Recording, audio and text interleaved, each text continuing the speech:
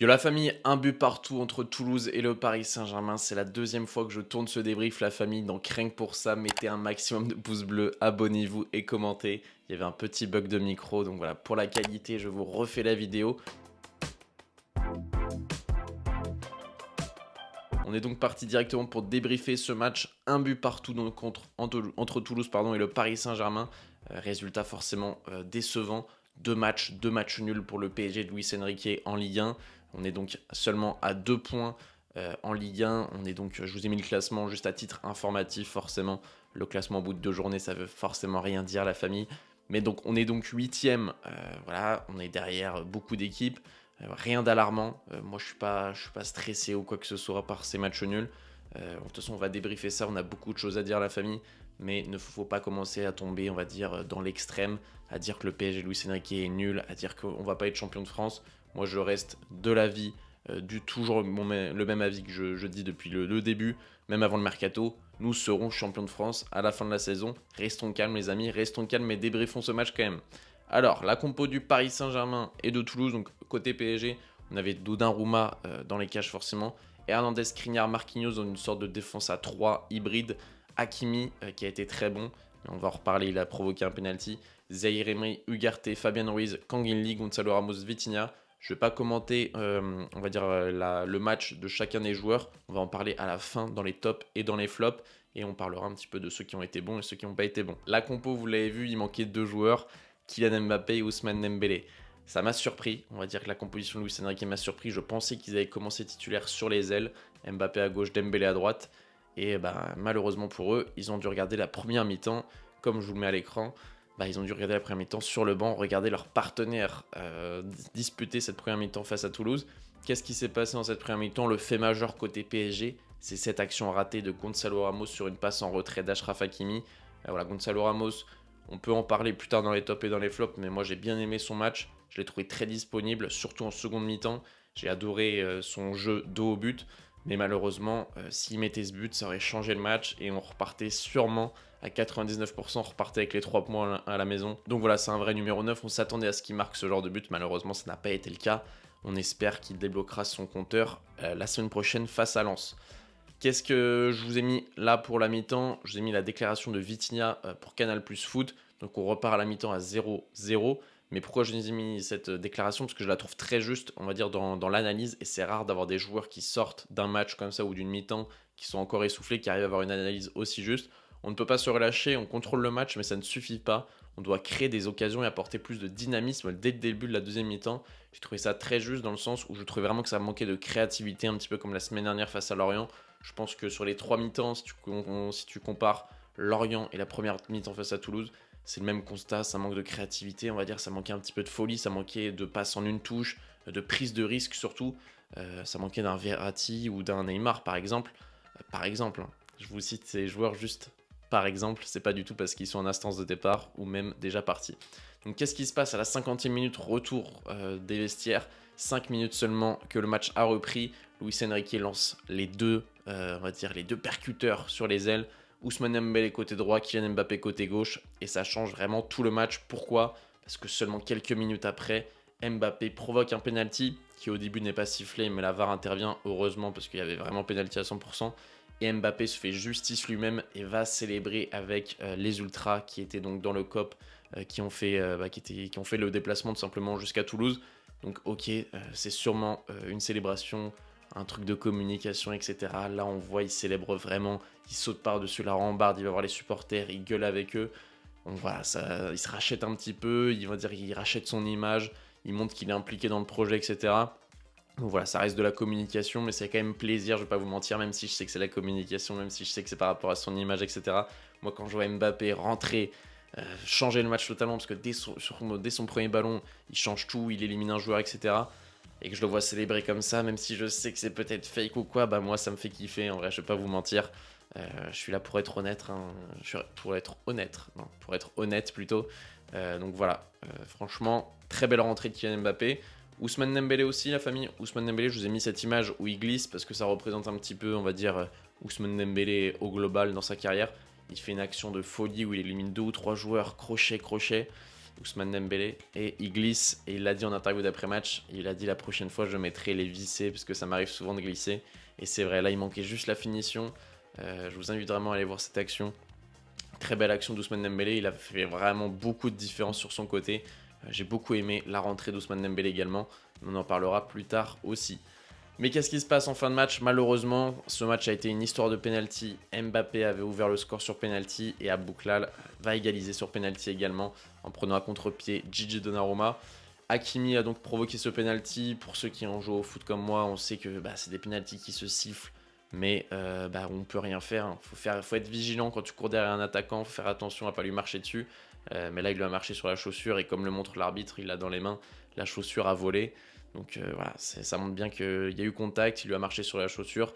Mais voilà, on voit que Hakimi ne regarde que le ballon en fait, donc court et prend le pied de l'attaquant sans faire exprès. Il n'y avait aucun danger, c'est un corner mal tiré à la base en plus.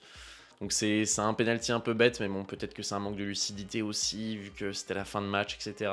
Forcément, enfin honnêtement les gars, j'en veux pas à Hakimi.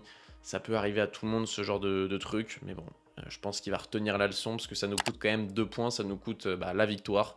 La première victoire de la saison, j'aurais bien aimé, j'aurais été très heureux de faire ce débrief. Mais bon, on reste sur un match nul. On passe au top et au flop, la famille. C'est pas parce qu'il y a des joueurs qui sont là, d'ailleurs, la famille, c'est pas parce qu'il y a des joueurs qui sont pas dans les tops ou pas dans les flops qui méritent pas qu'on en parle. Il faut faire des choix. Moi, à chaque fois, je choisis 3 joueurs dans les tops et 3 joueurs dans les flops. Mais je vais parler de d'autres joueurs aussi. Le premier, donc, Ugarte, un joueur que j'aime beaucoup depuis qu'il est arrivé au Paris Saint-Germain. Je le trouve vraiment juste, je le trouve vraiment agressif, très généreux sur le terrain.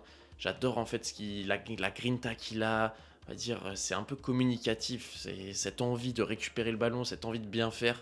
Je le sens vraiment très impliqué et ça fait vraiment plaisir. C'est le genre de joueur que je voulais voir au Paris Saint-Germain, des vrais guerriers, l'école uruguayenne tout simplement. Ça me rappelle un petit peu Matuidi, pas dans le profil technique, etc. Les deux joueurs n'ont rien à voir. Mais on va dire dans cette envie de bien faire, dans cette envie de mouiller le maillot et de respecter un petit peu l'équipe et ses coéquipiers. Franchement, magnifique Ugarte, j'adore. Et donc pour moi, le meilleur Parisien de la journée. Je sais pas si vous vous rappelez, pour ceux qui ont vu le match, à un moment, il prend un carton jaune pour excès d'engagement. Mais pour moi, c'est vraiment ça qui représente Ugarte, c'est l'engagement, quoi. Même s'il y a un petit peu trop d'excès, même s'il y va un petit peu les pieds en avant, c'est pas grave. Au moins, il montre à ses coéquipiers quelle agressivité il faut. Et c'est comme ça qu'on va avancer au Paris Saint-Germain, c'est avec des joueurs comme ça. Le deuxième top, forcément Mbappé, je vous en ai parlé. Le mec rentre, fait la différence. Rien à dire, hein. Très très fort cette rentrée de Kylian Mbappé. Si certains doutaient encore de son niveau ou quoi que ce soit, enfin voilà, il nous a rappelé, même si ça faisait 2 mois qu'il n'avait pas joué, il nous a rappelé à quel point il était fort et que peut-être c'est le meilleur joueur du monde, même si ça reste que Toulouse en face. Le mec, dès qu'il rentre, il fait la différence sur son premier ballon, voilà, il dribble. C'est trop, ce joueur est trop fort. Mpépal, il aime beaucoup l'argent, mais il aime aussi beaucoup nous faire rêver sur la pelouse. Donc voilà, très très bien. Et on voit vraiment qu'il y a un PSG sans Mbappé et avec Mbappé. Forcément, quand tu as un joueur aussi fort, c'est comme à l'époque de Zlatan, il y avait un PSG sans Zlatan et un PSG avec Zlatan. C'est souvent comme ça quand je pense au Real Madrid aussi sur les dernières années, il y avait avec Benzema et sans Benzema. C'est souvent comme ça quand tu as un très gros joueur, tu es un petit peu dépendant de lui. Donc voilà, très belle rentrée d'Mbappé. J'aurais pu mettre Dembélé aussi, mais forcément Mbappé marque, donc c'est mérité. Et le troisième top que je voulais mettre, c'est Marquinhos, la famille. Je trouve qu'on parle pas assez du fait de quand Marquinhos fait des bons matchs, on le met pas assez en avant. Par contre, quand il en fait des mauvais, on est le premier à le tailler, etc. Parce que voilà, c'est le capitaine, blablabla. Mais ce soir, très solide Marquinhos, j'ai beaucoup aimé. Que ce soit dans les anticipations, que ce soit dans le leadership, que ce soit même dans le jeu de passe. Je sais pas si vous vous rappelez, en fin de match, il fait une transversale à Mbappé qui aurait pu se transformer en passe décisive, mais Mbappé, je sais pas, il part en profondeur. Il réussit à moitié son contrôle, mais ça tarde un petit peu. Au final, il perd le ballon. Mais c'était la 96e, je crois. Ça aurait pu être une belle passe décisive de Marquinhos à la David Beckham, une grosse transversale. Donc voilà, j'ai beaucoup aimé le match de Marquinhos. Donc voilà, il vient d'être élu capitaine par ses pairs dans le vestiaire. Et j'ai trouvé qu'il a très bien répondu sur la pelouse. Déjà que la semaine dernière, face à Lorient, il avait fait une belle entrée. Donc voilà, ça fait plaisir ce genre de match de Marquinhos. En termes de flop, je mets Luis Enrique directement parce que la composition m'a pas plu du tout. M'a surprise déjà. Pourquoi mettre Vitinha sur un côté, j'ai pas compris. Asensio, peut-être qu'il avait des problèmes, peut-être, je sais pas. Mais Vitinha et Kanginli sur les côtés, franchement, on souffle un petit peu. Hein. Ça aurait pas été le PSG en première mi-temps. Il y a moyen que je me serais endormi parce que c'était vraiment fatigant à regarder. Aucune légèreté dans le jeu, aucune prise de risque, aucune folie. J'en veux pas du tout à Vitinha parce que voilà, lui c'est pas son poste, au moins il faisait les retours défensifs quand Hakimi montait. Mais voilà, j'ai pas du tout aimé la composition de Luis Enrique. Donc voilà, je le mets dans les flops, je suis honnête, c'est pas parce que c'est un nouveau coach que je vais me gêner. Deuxième flop, Kang In Lee, joueur que on voit vraiment qu'il a du potentiel, qu'il a du talent, très technique, qui est plutôt beau à voir jouer, pardon, qui est agréable à regarder. Mais je trouve qu'il manque vraiment de quelque chose, c'est de la spontanéité. Kang In Lee, dès qu'il prend la balle, c'est un petit peu stéréotypé. Il va fixer, il va faire un petit passement de jambe ou un petit crochet, il va distribuer le ballon, mais il joue pas assez en une touche, il prend pas assez de risques, c'est pas assez spontané, quoi. Il accélère pas assez le jeu, je trouve. Donc voilà, après, ça reste que le début, faut qu'il prenne confiance peut-être, etc. Mais j'ai un petit peu de mal avec ce jeu stéréotypé de Kang In Lee. Donc j'en attends beaucoup plus parce que je vois vraiment qu'il a du talent et bah, de toute façon ça saute aux yeux qu'il a du talent. Il a vraiment du ballon. Mais voilà, j'en attends beaucoup plus et dans les 30 derniers mètres, être plus incisif, être apporter plus offensivement tout simplement. Donc voilà, Kang In Lee dans les flops et Fabian Ruiz, là on commence à être habitué. D'ailleurs dans les tops, j'aurais pu mettre Warren Zaïre-Emery qui a été excellent comme d'habitude, mais j'ai voulu changer un petit peu parce que je le mets à tous les matchs. Mais dans les flops, Fabian Ruiz, tu voyais vraiment la différence à côté de Zaïre-Emery. Zaïre-Emery toujours aussi bon et à côté Fabian Ruiz fatigant, il a raté des passes en profondeur pour Kang In Lee, deux je crois, où il envoie des passes dans le dos. Franchement Ruiz fatigant, sa titularisation m'a surpris de la part de Luis Enrique. Donc voilà, je voulais en parler comme d'habitude. Fabian Ruiz, tu vois qu'il a 26-27 ans à côté d'un Zaïre-Emery qui vient d'avoir 17 ans, qui est né en 2006 je crois. La différence est flagrante. Donc voilà, Zaïre-Emery, j'avoue que j'aurais pu le mettre dans les tops et il l'aurait très bien mérité d'ailleurs. Moi, ce qui me fait peur, les amis, c'est que là, on a fait 2 matchs nuls face à Lorient et face à Toulouse.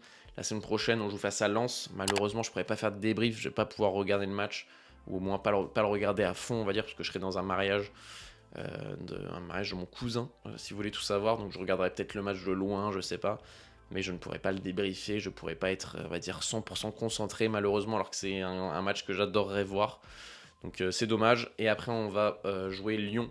Lyon PSG, ça m'inquiète moins puisque Laurent Blanc, ça se passe pas très bien du côté de Lyon. Là, ils viennent de perdre 3-1 ou 4-1 contre Montpellier. Et Laurent Blanc a pété les plombs. Il a dit qu'il fallait changer d'entraîneur, etc. Enfin, je vous invite à aller voir son interview d'après-match qui est assez marrante et assez lunaire. Donc voilà, famille, si vous avez kiffé ce débrief, comme d'habitude, mettez un maximum de pouces bleus. Abonnez-vous, la famille, commentez. Donnez-moi vos tops et vos flops dans les commentaires. Et j'espère que vous avez kiffé, que vous avez passé un bon moment. Pas encore de victoire pour le Paris Saint-Germain, mais ça arrivera la semaine prochaine face à Lens, j'espère. Il faudrait pas qu'on finisse avec 2 matchs nuls et une défaite en 3 matchs. On prendrait un petit peu de retard sur le haut du tableau.